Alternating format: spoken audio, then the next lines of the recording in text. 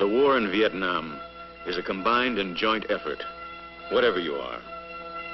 Soldier, sailor, Marine, or airman, American, Korean, Arvin, Australian or New Zealander, you already know this well.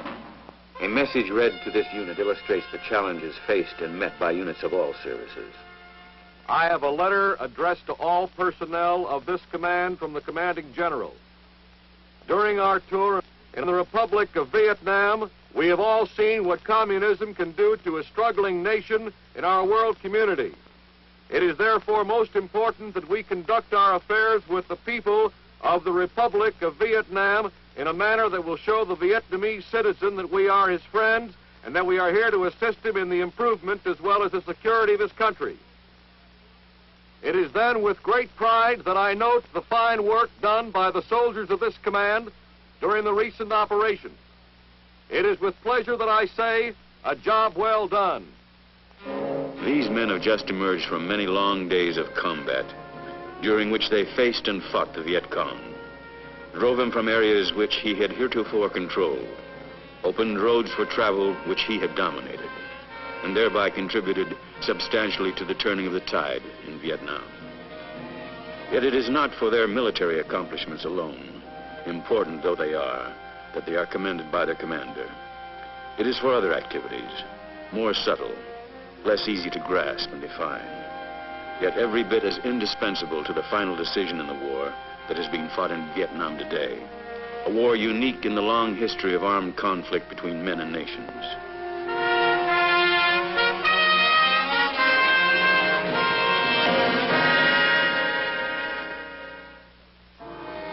This is the story of the fighting man and his unit in Vietnam, defending against aggression. But more than that, this is the story of their special task, helping to build a nation at the grassroots level, among the people, in the villages. This is the battleground in Vietnam, the varied and changing face of the land.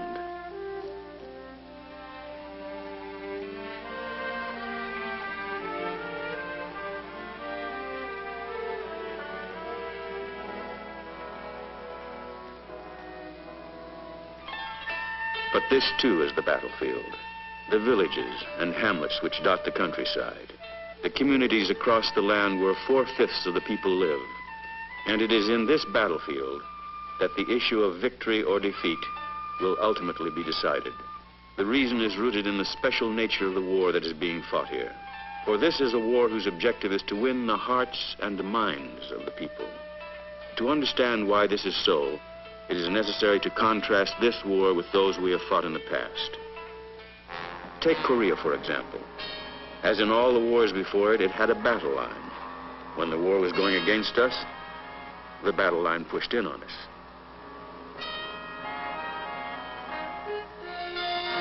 When we were on the offensive, the movement of the battle line described the progress of our victory. In this normal kind of military situation, the other side of that line was known to be enemy territory. And tragic though it was a fact to be accepted that cities and towns lying in areas controlled by the enemy often had to suffer the cost of victory's advance.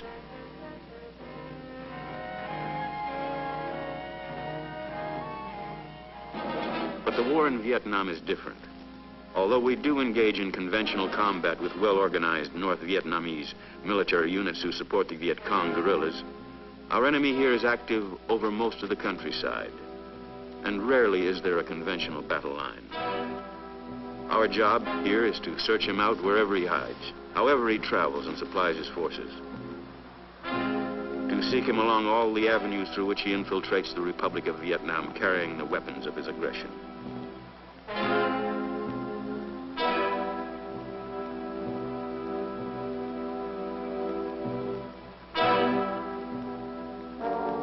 Our job is to find him,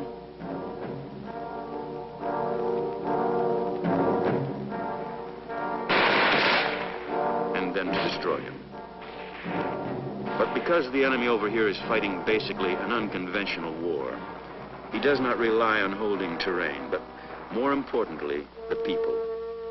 The foundation of unconventional war rests on the need for their support. In this kind of struggle, whoever has the people wins the war.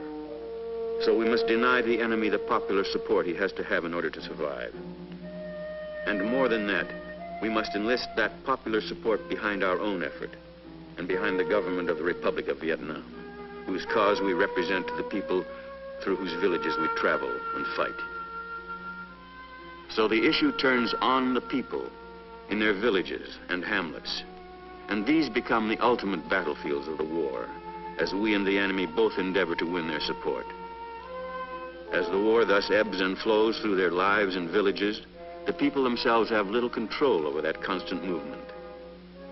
Nor, ironically, is the grave issue of the war, the threat to freedom which communist aggression poses, always clear to the people whose support will determine the ultimate decision. Their lives are lived at the edge of fundamental experiences, and it is the fundamentals with which they are concerned: poverty, hunger, disease, and a deep yearning to live in peace without fear, for they have known the trials of war now for many long years. Their allegiance will go, inevitably, to the side which most clearly demonstrates a sympathetic interest in those fundamental problems. The winning of their support, then, will take other weapons beyond those in our arsenal of firepower. It will take the intangible weapons of compassion and goodwill. In the early phase of the war, the Viet Cong proved themselves adept at using those weapons, simply by persuading the people that they were their friends and protectors who would help to bring them a better life. The real objectives of communism were always underplayed or obscured entirely. They're still doing that as much as they can. But one factor's changed the direction of the war significantly: the big buildup of American forces.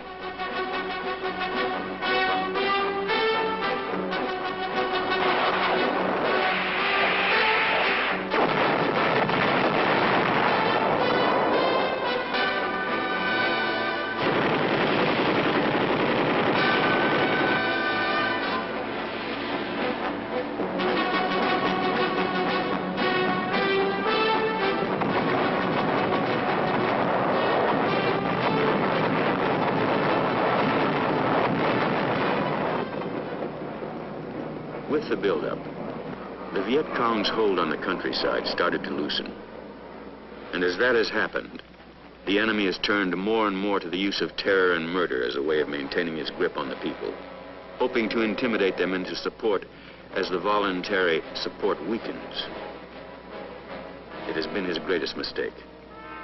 For although it can have immediate effect, its long-term result can only work against him.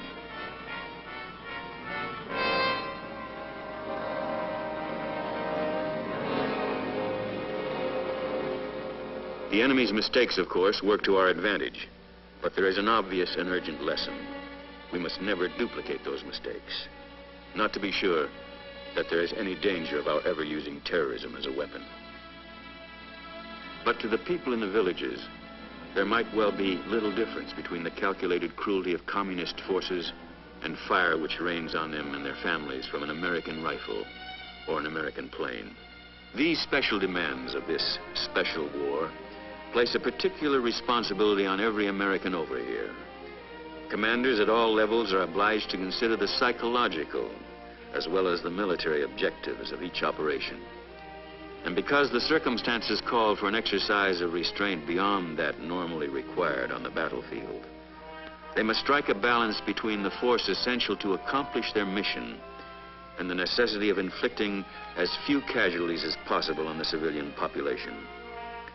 This does not mean that the rules of safety and security can or should ever be relaxed.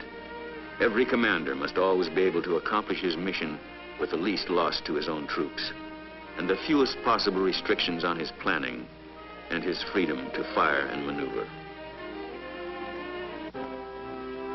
Nor does it mean that men going into battle should ever place their own lives or those of their buddies in jeopardy through excessive caution.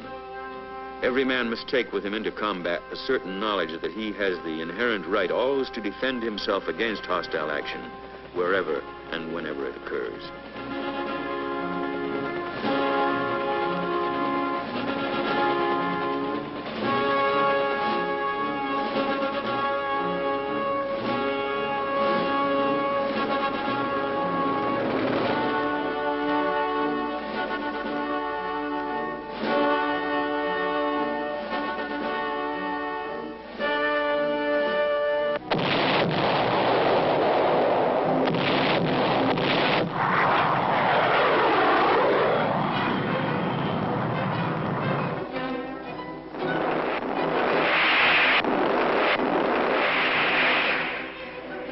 this special responsibility does mean that firepower of all kinds has to be employed with care taken insofar as humanly possible to avoid unnecessary damage to the lives and property of the civilian population.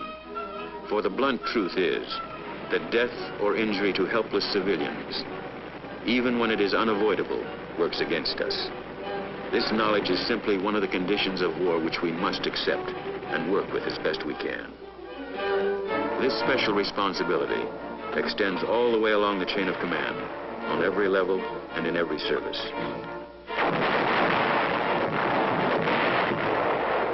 And it very specifically includes the man on the ground, who must face his personal responsibility through the sights of his personal weapon.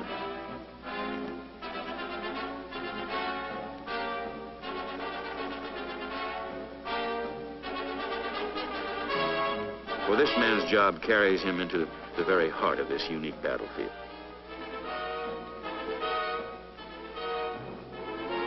Precautions to eliminate needless casualties should be taken whenever possible.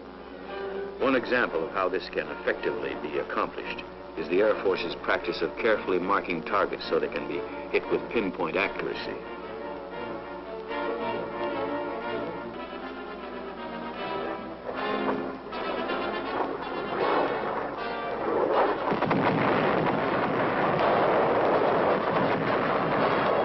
Another is the dropping of leaflets to warn civilians of the military vulnerability of their area or of impending airstrikes.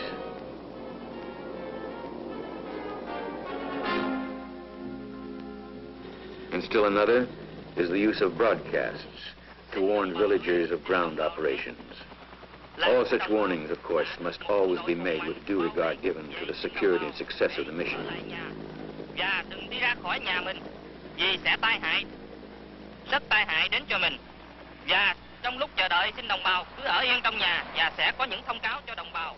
Xin đồng bào hãy tuân theo những thông cáo của. The villages have to be entered. They have to be searched and made safe. This remains an inescapable duty of war. But with careful plans made and executed, with every precaution taken that can be within the bounds of safety, and with every man aware of his own increased responsibility, it can be done with the least possible damage and danger.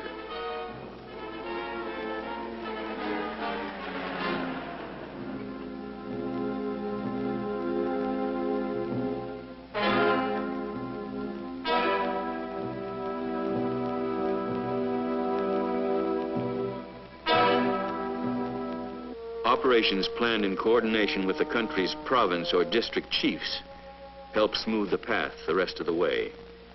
For they can explain better than anyone else, at least in the beginning, that the Americans are here as friends. Quân đội Mỹ đến đây để giúp đỡ cho đồng bào. Vậy đồng bào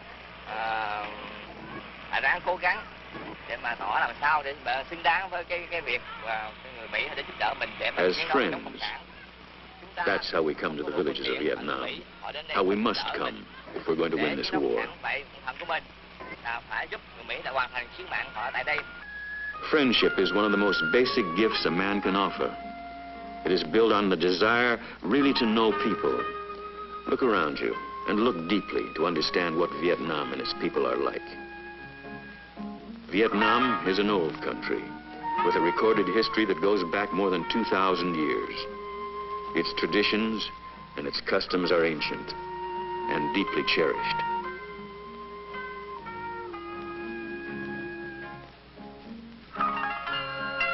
The Vietnamese himself, humble peasant though he may be, is the inheritor of this old tradition, and anyone who would claim his friendship must understand that about him.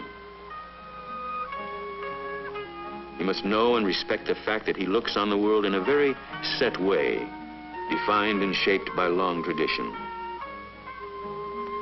It is a world that lies always close to the soil and the elements. His village is more than his home. It is his universe, and he seldom, if ever, leaves it. The values which shape his code of behavior are his most precious possessions, and they are honored ones. Dignity, self-control, respect for elders. His family is all important to him, all his family.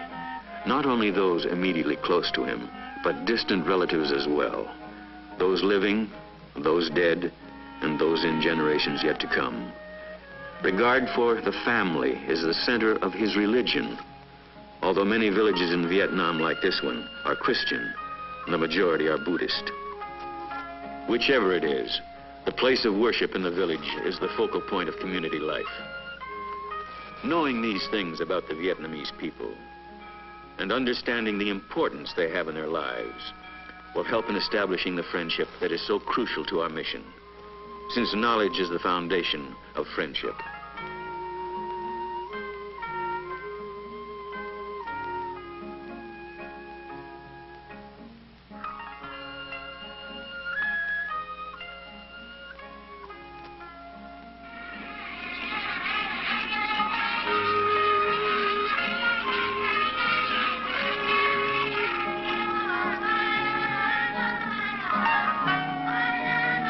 But beyond endeavoring to know and understand the Vietnamese, there is much more we can do. Ready? One again, okay? One, two, three, four,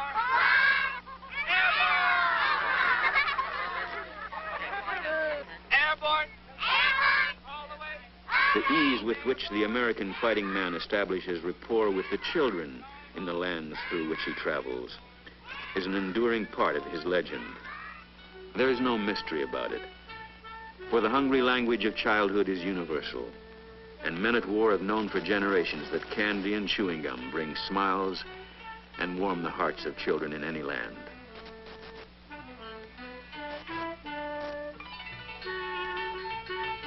But there is more to this legend than candy and color. And every man knows it who has watched happiness brighten the eyes of a child as the result of his own effort.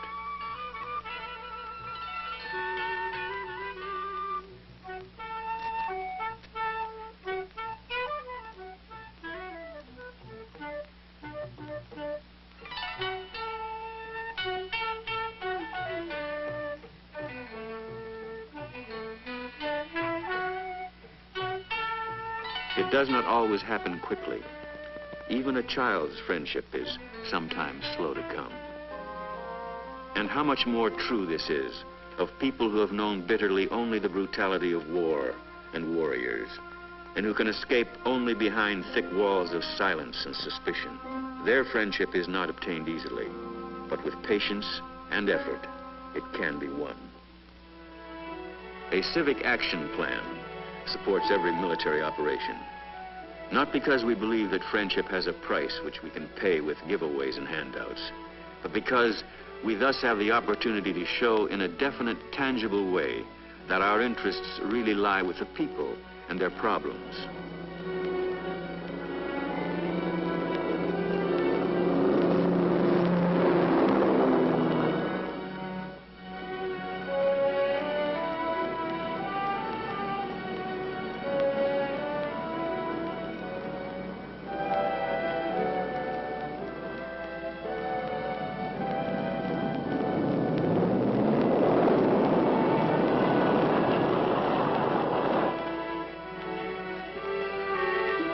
Food and sometimes clothing supplied by the various aid agencies are often as important to take on combat operations as any other kind of cargo.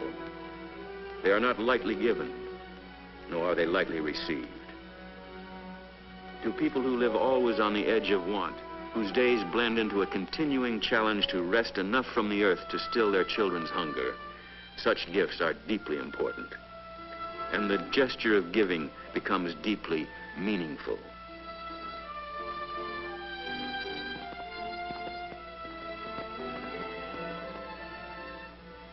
To people whose lives are shadowed and haunted by disease, who must suffer pain and illness because no help for suffering is available to them, whose health and well-being are doomed to the harsh conditions of a harsh life.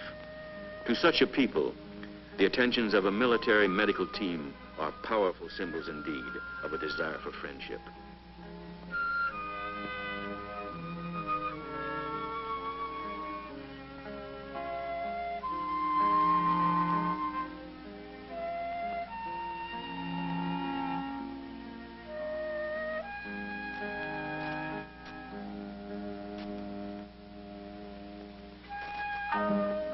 even soap, in a community which has none, and therefore is vulnerable to the ravages that such a simple item can prevent, becomes a weapon with almost magic powers.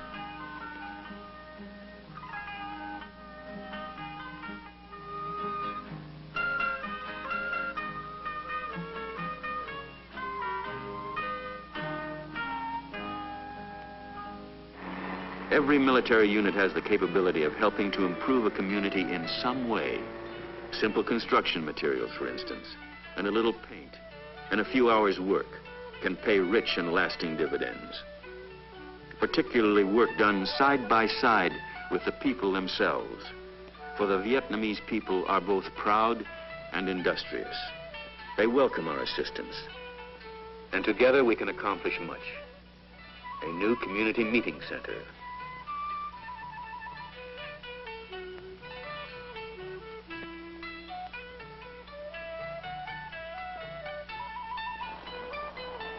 place for the children to go to school. A new face for the house of worship. A well, a bridge. These can work for us with wonderful effect.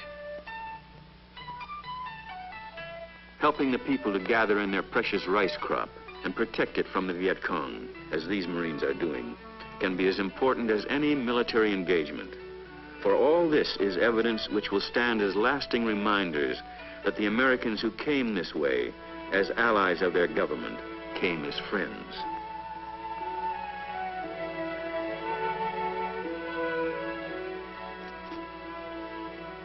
Establishing friendships in the villages of Vietnam can also produce tangible results. Intelligence information, for instance, which could save your life. The war we wage in Vietnam today is slow and hard and grinding. From the storehouse of our nation's power, we are bringing to it the might with which we can eventually destroy the enemy's strength. From reservoirs of compassion and generosity, we bring a spirit and a demonstration of friendship, and these too become weapons, as powerful as any other in this war, which is a contest for the hearts and the minds of the people of Vietnam. They are weapons that will touch and stir the hopes of those through whose villages we travel. And when we pass on, we'll leave a deposit of warm feelings behind. A demonstration of the people's new appreciation for us in any one village cannot perhaps be taken too seriously. It may not mean that the village has been secured forever. The war is not that simple. But we must not falter. We must continue until the enemy is convinced his aggression will not pay. And hand in hand with the fighting in Vietnam, we must press ahead with the crucial task of helping to build a nation, all the way to the heart and soul of the smallest hamlet.